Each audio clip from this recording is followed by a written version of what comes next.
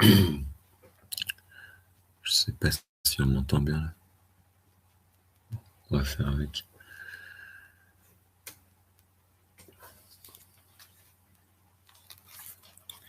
Alors aujourd'hui, la situation est délicate et je vais commencer par une prière, invocation au Saint-Esprit. Viens, Esprit Saint, remplis les cœurs de tes fidèles et allume en eux le feu de ton amour. Envoie ton Esprit, Seigneur, et il se fera une création nouvelle. Et tu renouvelleras la face de la terre.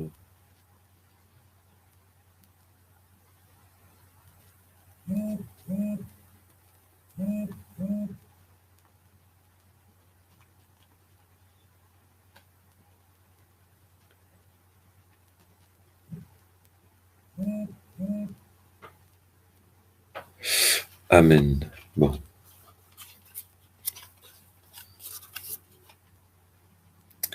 Donc, le thème, ça va être « Si les hommes savaient l'effet de la prière, ils vivraient à genoux » du docteur Alexis Carrel. Bon, voilà. Alors les amis, la situation est très grave. Et je savais pas trop comment en parler. Comment en parler en fait ce soir. Donc, je vais vous lire un texte et je vais vous présenter une solution possible pour éviter une probable guerre civile future qui pourrait arriver, hélas.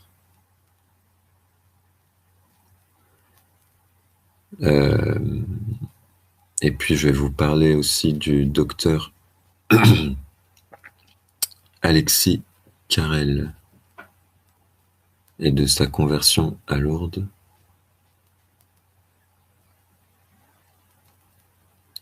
Voilà. Bon. Donc, je vous mettrai les liens en dessous de la vidéo. Donc, voici le petit texte. Refusez de vous faire vacciner. Vous ignorez le complot qui se trame. Et il est plus diabolique que ce que vous pouvez l'imaginer. Pardon. Les gouvernements internationaux, sous l'égide des gens de l'ombre, vous manipulent de manière à arriver à leur fin. C'est-à-dire qu'ils veulent vous faire devenir des moutons, afin que vous soyez prêts à recevoir la maudite micropuce. Comme votre serviteur vous l'a déjà écrit, la Verichip, nom de la micropuce, se met sournoisement en place et si vous continuez à vous laisser berner, bientôt vous ne pourrez même plus la refuser. Votre cerveau sera tellement bien imprégné par de fausses informations qu'il ne pourra plus réagir et croira que c'est normal. Il croira que c'est pour son bien, le bien de la société et du monde. Attention aux pièges, danger. Voilà. Bon. C'était une petite intro d'un petit texte qui vient d'un livre qui est disponible en PDF qui s'appelle Veritas Odium Parit. La vérité engendre la haine. Voilà. C'est le livre délit numéro 4. Et j'aurais beaucoup de choses à dire. Et je vais essayer de faire court. Donc ensuite, je vais vous faire une présentation là, du docteur Alexis Carrel.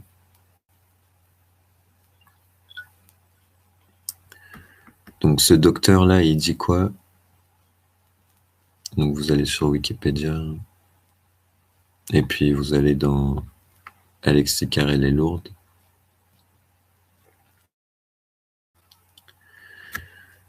En 1902, Carrel participe en tant que médecin accompagnant un pèlerinage à Lourdes. Il y observe une jeune malade, Marie Bailly, à laquelle il a donné le pseudonyme de Marie Ferrand dans ses écrits, publiés à titre posthume sous le titre Un voyage à Lourdes. Au stade terminal d'une péritonite tuberculeuse, à cette époque une maladie incurable et mortelle. Sur l'état de Marie Bailly avant sa guérison, Carrel écrit Un voyage à Lourdes. Il y a là une malade qui est actuellement plus près de la mort que tous les autres. De nombreuses fois, j'ai été appelé à son chevet. Cette malheureuse est arrivée au dernier stade d'une péritonite tuberculeuse. Donc, c'est une inflammation, une infection. Voilà, donc il faut aller voir ce que c'est. Je connais son histoire. Toute sa famille est morte de tuberculose. Elle a eu des ulcères tuberculeux, des lésions pulmonaires et maintenant, ces derniers mois, une péritonite diagnostiquée tant par un médecin généraliste que par Bromillou, un chirurgien renommé de Bordeaux. Son état est très grave. J'ai dû donner de la morphine pendant le voyage. Elle peut mourir à tout instant, juste sous mes yeux. Si un cas comme le sien arrivait à guérir, ce serait réellement un miracle. Je ne douterai plus jamais. Son état ne cesse de se détériorer. Si, de retour chez elle, elle était encore en vie, ce serait déjà un miracle. Elle est condamnée, la mort est toute proche, son pouls est très rapide. 150 battements par minute et irréguliers, le cœur s'affaiblit. La guérison de Marie Bailly à la suite de son voyage à Lourdes fut à l'origine du retour de Carrel, docteur Alexis Carrel, au christianisme. Voilà. Bon, après, il vous parle d'une polémique. Mais enfin bon, étant donné le contexte actuel, qui est une vaste escroquerie historique dans un futur proche, même pour les générations à venir, il y a quelque chose que je retiens. Il est écrit, cependant, pour le professeur René Queusse, membre de l'Académie de chirurgie, ancien président de la Société française de transplantation, reprocher à Carrel d'être l'initiateur des chambres à gaz est une escroquerie historique. Bon. Vous ferez votre propre avis sur ce docteur. Mais toujours est-il qu'il a écrit ça, que si les hommes savaient l'effet de la prière, ils vivraient à genoux. Bon, et donc, puisque c'est la seule solution qui nous reste, eh bien, je vais vous donner donc une prière qui s'appelle la prière ultime de la milice du Sacré-Cœur. Et avant de vous la réciter, je vais vous lire un texte. Ouais, je vais vous lire un texte. Et puis après, je vais vous laisser dormir. Donc voici la milice du Sacré-Cœur. Je ne sais pas si vous voyez. Et donc, c'est le texte là que je vais vous lire. Donc, montre-moi ta foi sans les œuvres, et moi, par mes œuvres, je te montrerai ma foi. Épître de Saint Jacques 2,18. Vous qui vous prétendez être chrétien catholique, vous défendez qui et comment? Moi, petit frère du Sacré-Cœur de Jésus, frère Elion, le dernier des prophètes et grand prêtre selon l'ordre de Melchizedek, je défends Dieu le Créateur, Dieu le Fils notre Sauveur, l'Esprit Saint, la Sainte Église catholique, la vraie, la pure, celle des origines de l'apôtre Pierre qui est toujours vivante, et je défends la très sainte Vierge Marie, Mère de notre Sauveur. Comment? Par mes œuvres multiples et constantes. Aussi, je lance un appel solennel à tout vrai chrétien catholique ayant la foi véritable, avec une volonté inébranlable de servir Dieu et le Sacré-Cœur de Jésus, à me rejoindre dans ce combat que je mène contre la dictature du nouvel ordre mondial, violant toutes les chartes des droits de l'homme. C'est une guerre puissante que je mène contre ces suppôts de Satan, mais une guerre pacifique, sans armes et sans violence, entrant dans le cadre de la défense civile non violente. C'est un combat puissant dans la foi et la prière, que ceux et celles qui aiment le Sacré-Cœur et la France me suivent, car c'est l'unification dans la foi qui vaincra les forces du mal. Voilà, la milice du Sacré-Cœur. Donc, je vais finir en vous récitant la prière du Sacré-Cœur, la milice du Sacré-Cœur. Donc, elle se récite comme ça. Alors, il y a des détails en plus. Elle se récite tous les jours, soit à 15h, soit à 21h, selon les possibilités de chacun, bien sûr. Et puis, il y a des compléments à la prière. Donc,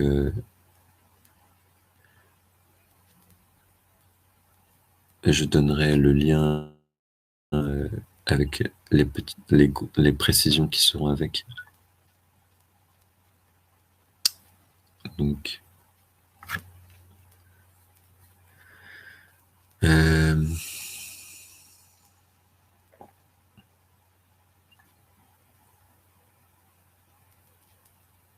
d'accord. Voilà. Donc la prière se récite comme ça. Bon, je le fais certainement très mal, hein. Je ne suis pas un prêtre, mais je me le dois de vous le partager. Donc, voici là.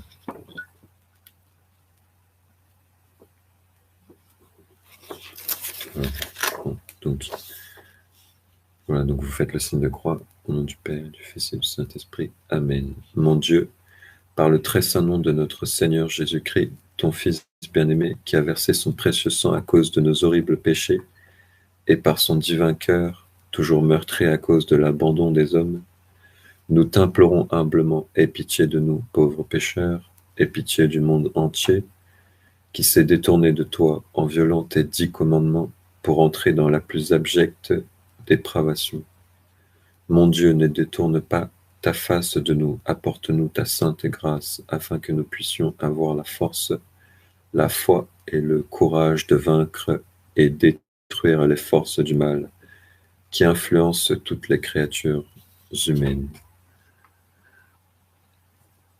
Voilà. Donc, je regarde si...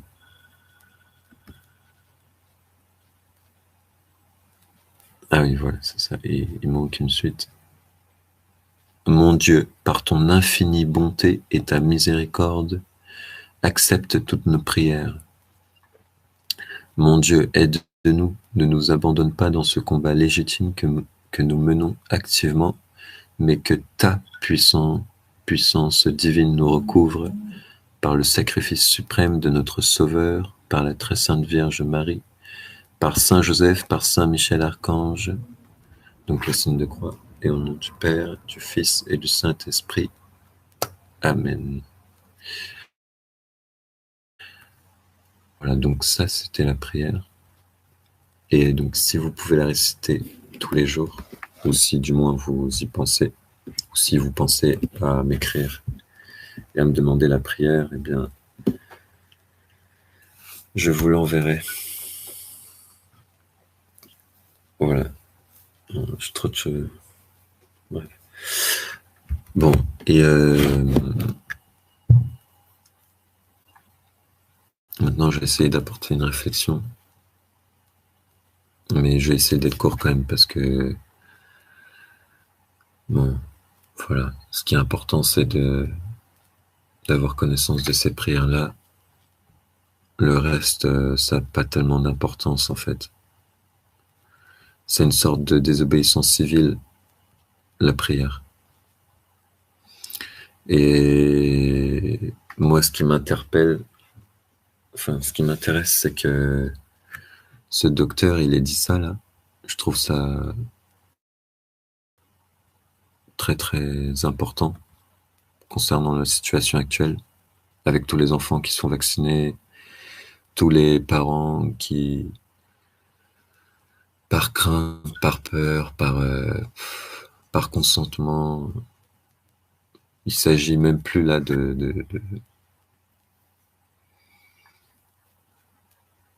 je sais même pas comment m'exprimer tellement le mal il est profond, tellement le mal il est,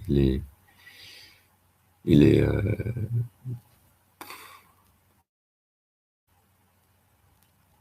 est partout. Et au bout d'un moment donné, il reste plus que la prière.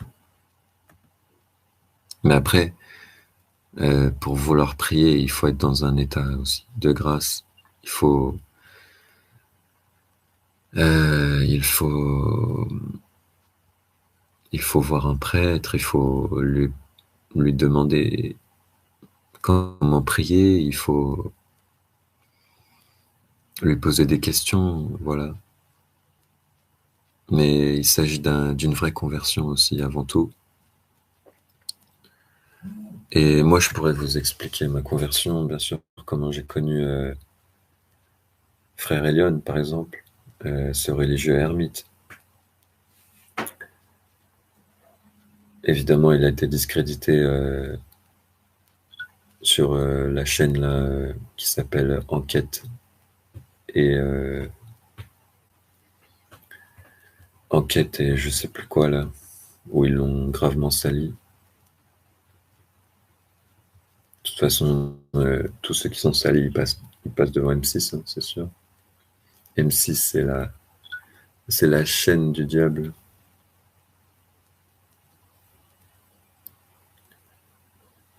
Bon, j'aimerais parler plus, j'aimerais dire plus de choses, mais il n'y a pas besoin de trop parler non plus. Et puis, je tenais à vous partager ça, partager la milice du Sacré-Cœur et la prière surtout, parce que maintenant, il nous reste plus que ça. Je pense qu'il nous reste plus que ça. Il reste plus que ça qui pourrait nous sauver, quoi. Et puis aussi un grand exorcisme, je pense aussi. Un exorcisme planétaire, il faudrait.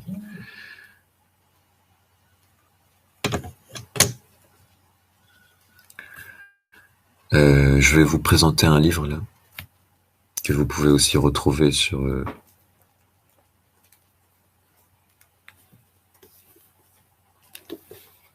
prophètedusacrécœur.com. Donc, l'appel de Dieu, c'est gratuit et en PDF, hein. Enfin, gratuit, je veux dire, c'est en PDF, ça veut dire, c'est vraiment gratuit, quoi. Vous pouvez le lire, vous instruire, et si vous voulez trouver un moyen pour vaincre ce nouvel ordre mondial, l'antéchrist, ou bien si vous voulez être euh, quelqu'un de conscient et de, comment dire, conscient et de réveillé et qui fasse trembler cette maudite république, eh bien, lisez donc ces ouvrages sacrés là qui sont gratuits. Puis voilà quoi. Bon. Alors oui, donc petite précision en plus. Frère Frère Elion, il a écrit un nouvel ouvrage sacré qui s'appelle La bombe révélatrice. Et je vais finir avec ce texte. Finir avec ce texte. Hop.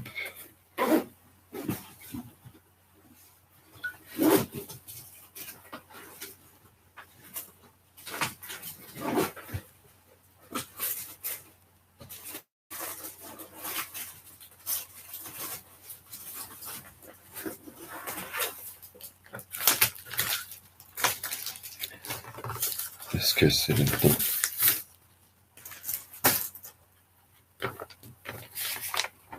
Non, c'est pas ça.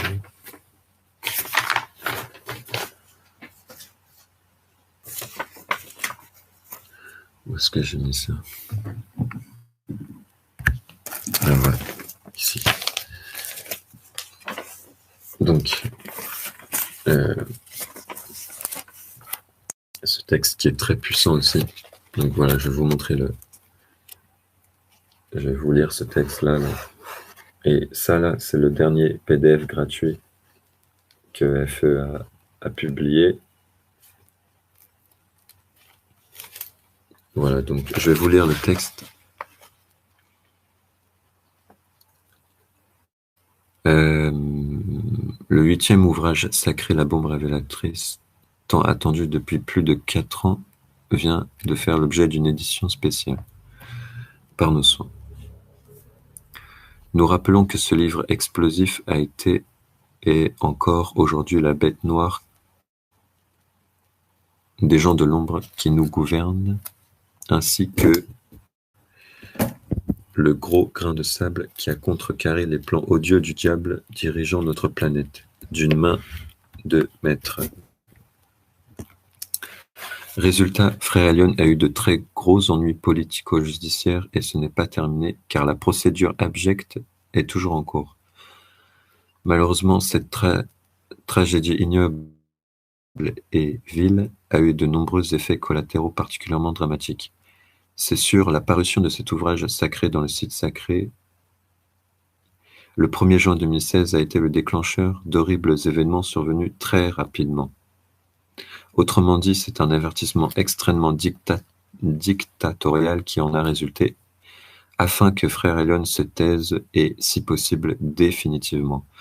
Mais ce religieux ne craint pas la mort, puisqu'il sait parfaitement ce qu'il y a après cette misérable vie terrestre. Or, partant du principe fondamental que mieux vaut chercher un refuge en Dieu que de mettre sa confiance dans les hommes, Psaume 118:8, où il n'y a rien de voilé qui ne doivent être dévoilés, rien de secret qui ne doivent être connus. Saint Luc 12:2, Frère Elion se devait, en tant que prophète authentique, d'obéir à Dieu plutôt qu'aux hommes. Acte 5:29. Après, ce n'est qu'une question de choix. Soit se conduire comme un pleutre en cette vie et gagner l'enfer, soit mourir en martyr ici-bas et gagner la vie éternelle. Comme le dit si bien Frère Elion, mieux vaut vivre un jour comme un lion qu'une vie comme un mouton. N'oublions pas que Dieu n'a pas envoyé Frère Elion ici-bas pour faire allégeance à Satan, mais pour témoigner de ce qu'il a vu et entendu, illuminer ceux qui sont dans les ténèbres afin de conduire les pas de l'humanité sur le chemin de la vie et de la paix, dénoncer les impostures, remettre chaque chose à leur place, rassembler ce qui peut encore l'être, mais aussi pour apporter le tourment des habitants de la terre. Apocalypse de Saint Jean 11:10. La politique et la justice des hommes passeront en même temps que leur existence éphémère, remplie d'illusions dans ce monde ici-bas, dans ce bas monde. Mais ni la justice de Dieu ni ses paroles ne passeront jamais. Saint Matthieu 24:35. Voilà, donc cet ouvrage, vous pouvez vous le procurer, puisqu'il est, oui, il est en couleur aussi. Voilà, donc